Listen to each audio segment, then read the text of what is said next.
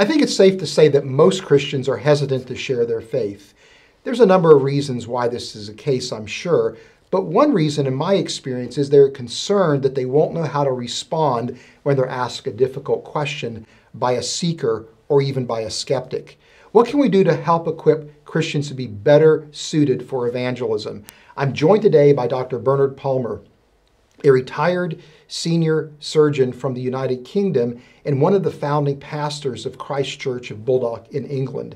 Dr. Palmer is a practiced and skilled evangelist, and so we're grateful to have him here with us to help us become better equipped at sharing our faith.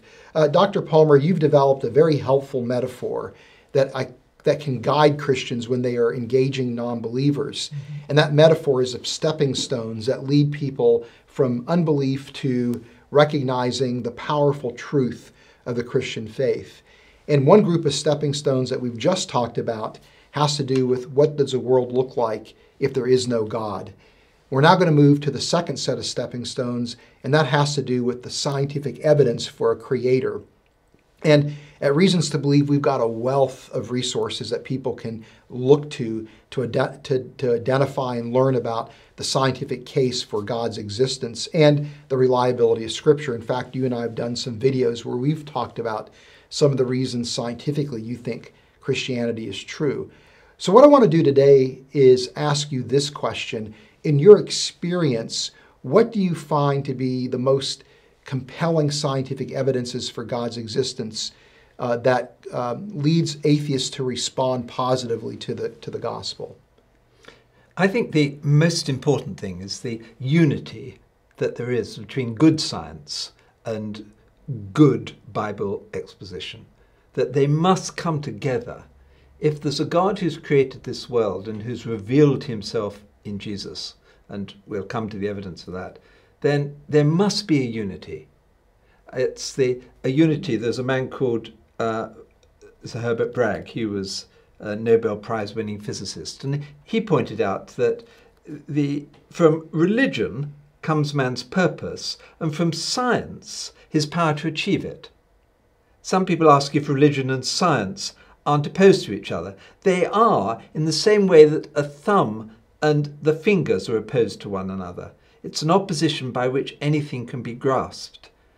And it is so important. Religion tells me why I'm here, and science tells me how, and can support the other arguments. It's science in its biggest meaning of the word, of knowledge from the Latin scio, is how we can know anything, how I can know about Jesus. Is the Bible reliable? I can know this. So those things do all come together tightly.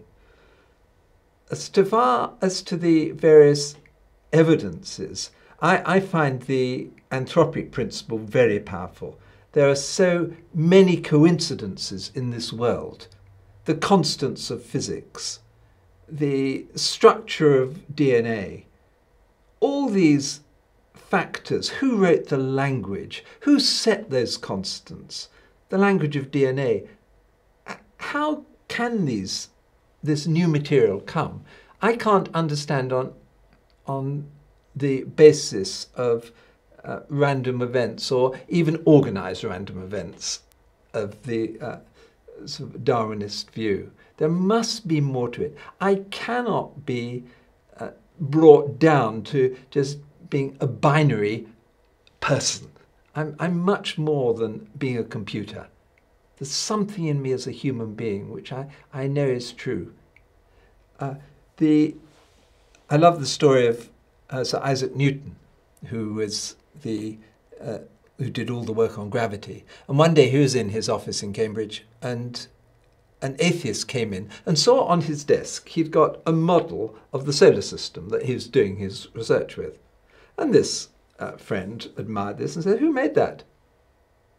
And Isaac Newton very astutely said, "Nobody."